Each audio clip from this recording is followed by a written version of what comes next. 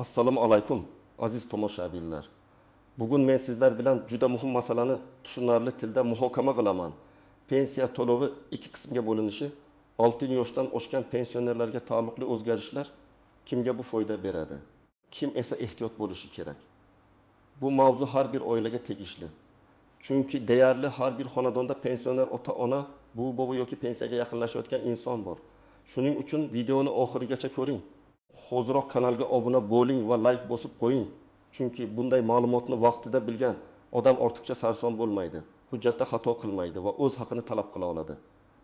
Men avval eng asosiy narsani aytib qo'yaman. Pensiya masalasida har qanday yangilikni eshitganda ertadan hammaning pensiyasi kesiladi. Pensionerlar pulini ikki bo'lib berishadi. 60 yoshdan oshganlarga alohida cheklov qo'yiladi degan gaplarga darrov ishonib ketmaslik kerak. Bunday xabarlar ko'pincha yarim ma'lumotdan kelib chiqadi. Men bugun aynan shu masalani tartib bilan tushuntiraman. Ilgari qanday edi? Hozir nimaga e'tibor berish kerak? Ikkiga bo'linadi degani nimani anglatishi mumkin? Kimning pensiyasiga ta'sir qiladi, kimnikiga ta'sir qilmaydi va eng muhimi, siz amalda nima qilishingiz kerak? Pensiya tizimida oddiy odamni eng ko'p qiynaydigan savollar 3 ta. Birinchisi, pensiya qancha chiqadi? Ikkinchisi, qachon va qanday to'lanadi? Uchinchisi, qo'shimcha ish staji, nafaqa, ustama yoki qayta hisoblash bo'lsa, pul qayerdan va qanday tartibda beriladi? Pensiya ikkiga bo'linadi degan ibora ham ko'pincha mana shu 3-masaladan kelib chiqadi. Ya'ni odamlar pensiyaning asosiy qismi alohida, qo'shimcha hisoblangan qismi alohida yoki bank kartasiga tushadigan mablag' bilan naqd to'lov tartibi alohida bo'lishi mumkinligini eshitib, buni pensiya ikkiga bo'lindi deb tushunishadi. Oldin ko'pchilik pensionerlar pensiyani oddiy tartibda olardi. Pensiya tayinlanadi. Oyma-oy belgilangan kunda to'lanadi. Agar qayta hisoblash bo'lsa, keyingi oyda qo'shib beriladi yoki qarzdorlik alohida chiqariladi. Masalan, pensionerning asosiy pensiyasi 1.200.000 so'm bo'lsa, unga yosh bo'yicha, nogironlik bo'yicha, ish staji bo'yicha yoki boshqa asos bilan qo'shimcha ustama qo'shilishi mumkin edi. Lekin odam bu pulning ichida qaysi qismi asosiy pensiya, qaysi qismi ustama, qaysi qismi ilgari to'lanmay qolgan farq ekanini ko'pincha aniq bilmasdi. Hozir pensionerlar uchun eng muhim o'zgarish shundan iboratki, pensiya bilan bog'liq ma'lumotlar tobora ko'proq elektron tizim orqali yuritilmoqda. To'lovlar, bank kartasi, naqd pul, elektron reyestr, qayta hisob-kitob va ijtimoiy qo'llab-quvvatlash mexanizmlari orqali alohida ko'rinishda aks etishi mumkin. Shuning uchun ayrim holatlarda odam o'z hisobida ikki xil tushumni ko'radi.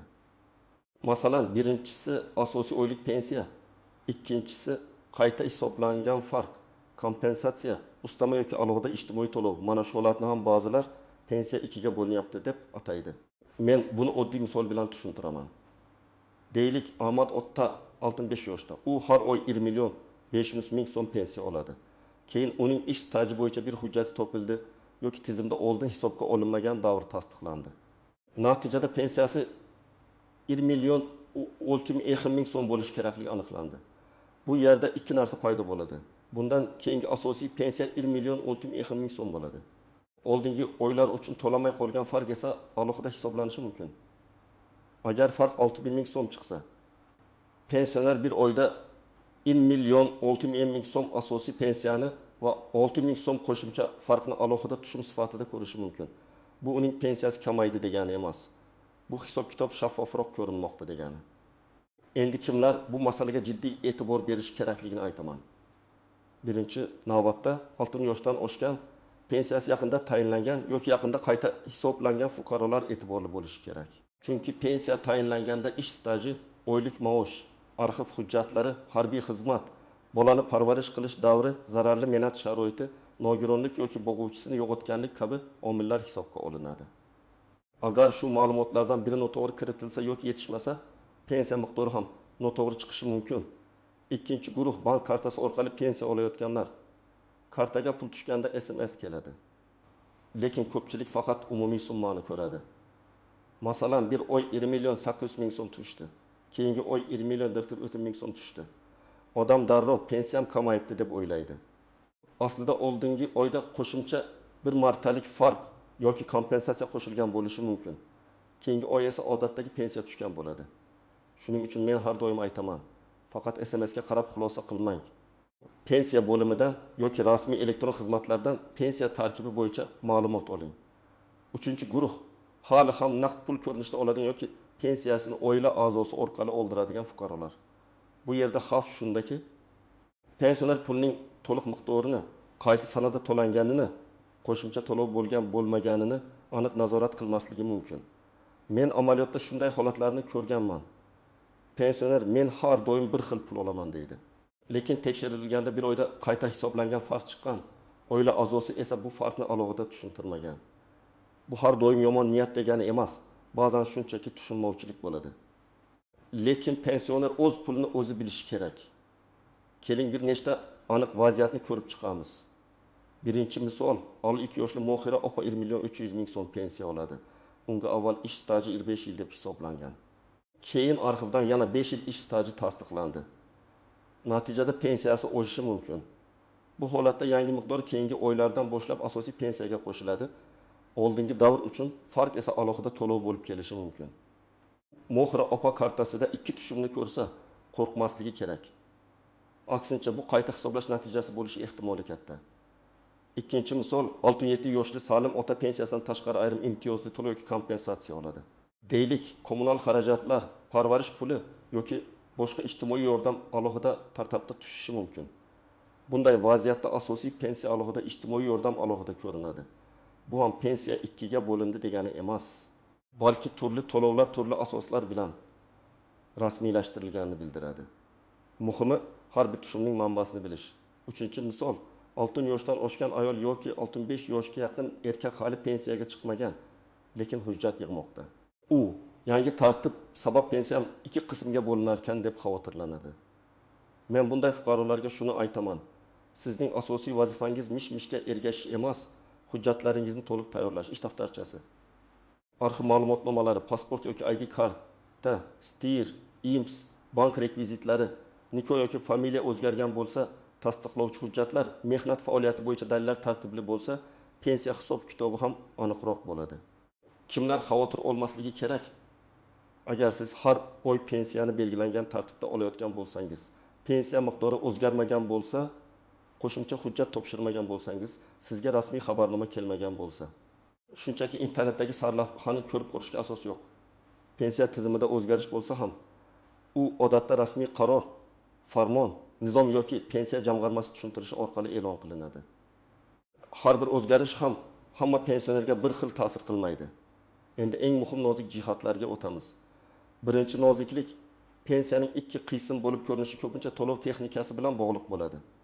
Masalan, asosiy pensiya bitta reyestr orqali, qayta hisoblangan farq boshqa reyestr orqali, ijtimoiy yordam esa alohida dastur orqali o'tishi mumkin. Pensioner uchun natija bir xil pul keladi, lekin hujjatda bu pullar turlicha nomlanadi. Agar siz bank ilovasida yoki SMSda turli summalarni ko'rsangiz, ularning izohini so'rang. Ikkinchi noziklik, pensiya kamayishi bilan qo'shimcha to'lov tugashi bir xil narsa emas. Deylik, siz bir oy 2 million so'm oldingiz, keyingi oy 1 million 600 ming so'm oldingiz. Bu darrov 400 ming so'm kesildi degani emas. Oldingi oyda 400 ming so'mlik bir martalik farq yoki kompensatsiya bo'lgan bo'lishi mumkin. Shuning uchun men pensionerlarga oyma-oy yozib borishni maslahat beraman. Qaysi sanada qancha tushdi? Izohi nima? Odatdagi pensiya qancha? Qo'shimcha pul bormi? Oddiy daftar ham yetadi. Ish staji va daromad hujjatlari. Pensiya hisobida eng katta xatolar aynan shu joyda chiqadi. Ba'zan odam 35 yil ishlaganman deydi, lekin hujjatda xizmat taksi yil tasdiqlanadi. Nega? Chunki ish joyi yopilgan, arxiv hujjati topilmagan. Ish daftarchasida muhrni aniq, familiya o'zgargan, buyruq raqami ko'rsatilmagan yoki ayrim yillar bo'yicha maosh ma'lumotlari yo'q. Natijada pensiya kutilganidan kam chiqadi. Keyin hujjat topilganda qayta hisoblash qilinadi va farq alohida to'lanadi. Mana shu ham 2ga bo'linish kabi ko'rinishi mumkin. 4-noziklik, 6 yoshdan oshgan pensionerlar orasida ishlayotganlar bor. Ishlayotgan pensionerning pensiya masalasi ham alohida e'tibor talab qiladi. Chunki uning mehnat faoliyati davom etadi. Ayrim holatlarda keyinchalik qayta hisoblash uchun asos paydo bo'lishi mumkin. Ish beruvchi badallarni to'g'ri o'tkazyaptimi? Mehnat shartnomasi rasmiylashtirilganmi? Ish haqi rasman ko'rsatilganmi? Bularning hammasi kelajakdagi hisob-kitobga ta'sir qiladi. Agar pensioner norasmiy ishlasa, Bugun qo'liga pul olishi mumkin, lekin ertaga pensiya hisobida bu davr ko'rinmasligi mumkin. 5-noziklik, nogironligi bo'lgan pensionerlar, boquvchisini yo'qotganlar, urush yoki mehnat faxriylari, alohida imtiyozga ega fuqarolarda to'lov tarkibi oddiy yoshga doir pensiyadan farq qilishi mumkin. Ularda asosiy pensiyadan tashqari ustama, qo'shimcha to'lov yoki kompensatsiya bo'lishi ehtimoli bor. Shuning uchun qo'shni bunday oldi, men ham shunday olishim kerak degan taqqoslash har doim to'g'ri bo'lmaydi. Har bir insonning staji, huquqiy maqomi, hujjati va to'lov asosi alohida. Yana bir xavfli holat bor, firibgarlar. Pensiya tizimida yangilik bo'ldi degan paytda ayrim odamlar pensionerlarga qo'ng'iroq qilib, pensiyangiz 2 qismga bo'linmasligi uchun karta raqamingizni ayting. Kod yuboring, hujjatni tezlashtirib beramiz.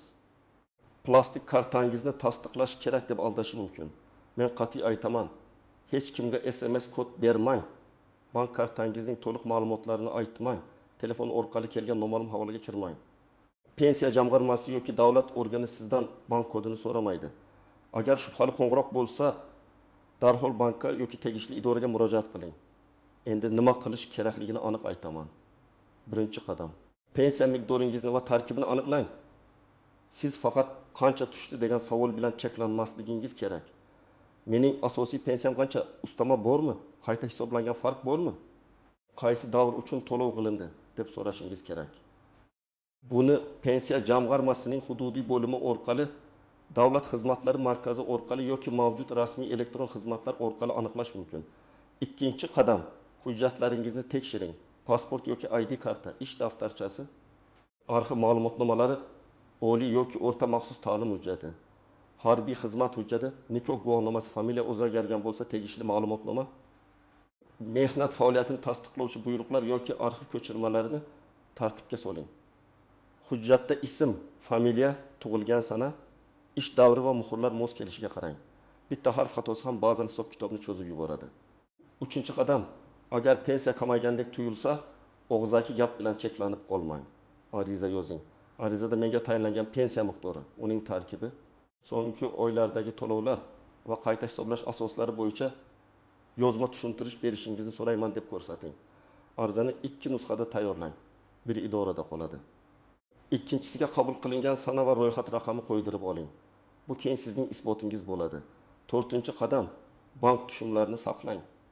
Agar kartaga pensiya tushsa, bank ilovasidan ko'chirma oling yoki SMSlarni o'chirib yubormang. Qaysi sanada qancha pul tushganini yozib boring. Agar naqd olsangiz, to'lov sanasi summani daftar qilib belgilang. Bu oddiy ko'rinadi. Lekin nizo chiqqanda juda foydali bo'ladi. Masalan, siz menga kam tushdi desangiz, qo'lingizda oyma-oy ma'lumot bo'lsa, masalani tezroq aniqlash mumkin. 5-qadam: qo'shimcha stajingiz bo'lsa, kutib o'tirmang. Ko'p odamlar baribir foydasi yo'q deb arxivga murojaat qilmaydi. Aslida bir necha yil staj ham pensiya miqdoriga ta'sir qilishi mumkin. Masalan, zavodda ishlagan yillaringiz, kolxoz yoki tashkilotda ish davringiz, sobiq korxona hujjatlari, boshqa viloyatdagi arxiv yozuvlari topilsa, qayta hisoblash uchun asos bo'ladi. Agar hujjat topilmasa ham rasmiy javob oling. Chunki keyingi bosqichda aynan o'sha javob kerak bo'lishi mumkin. 6-qadam: qarindoshingiz pensioner bo'lsa, unga yordam bering, lekin uning o'rniga hamma narsani yashirin hal qilmang. Pensioner pulini bilishi, kartasi kimda ekanini nazorat qilishi, SMS keladigan telefon raqami o'zida yoki ishonchli odamda bo'lishi kerak. Ayniqsa 6 yoshdan oshgan yolg'iz insonlar, ko'zi yaxshi ko'rmaydiganlar, hujjat o'qishga qiynaladiganlar yordamga muhtoj. Lekin yordam shaffof bo'lishi shart. 7-qadam: rasmiy manbani tekshiring. Men sizlarga har doim shuni maslahat beraman. Pensiya haqida vahimali xabar ko'rsangiz, uning ostidagi sarlavhaga emas, rasmiy hujjatga qarang.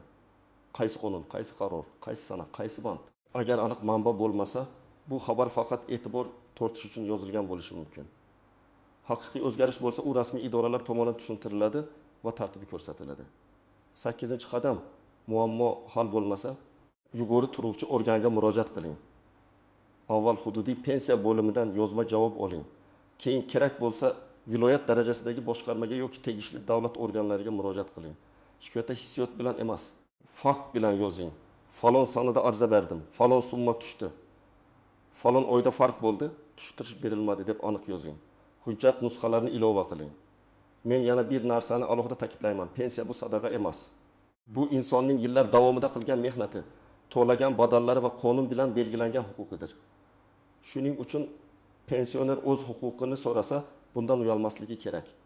Lekin huquqini talab qilish uchun hujjat tartibli, savol aniq va murojaat yozma bo'lishi kerak. Menga ham berishyapti deyish boshqa. Menga 2024 yil yanvar oyida 1 million 620 ming so'm tushgan. Fevral oyida 1 million 340 ming so'm tushgan. Farq sabab bo'yicha yozma izoh so'rayman deyish boshqa. Ikkinchi yondashuv natija beradi. Demak, aziz tomoshabinlar, pensiya 2 ga bo'linadi degan gapni eshitganda darrov vahimaga tushmang. Ko'p hollarda bu asosiy pensiya.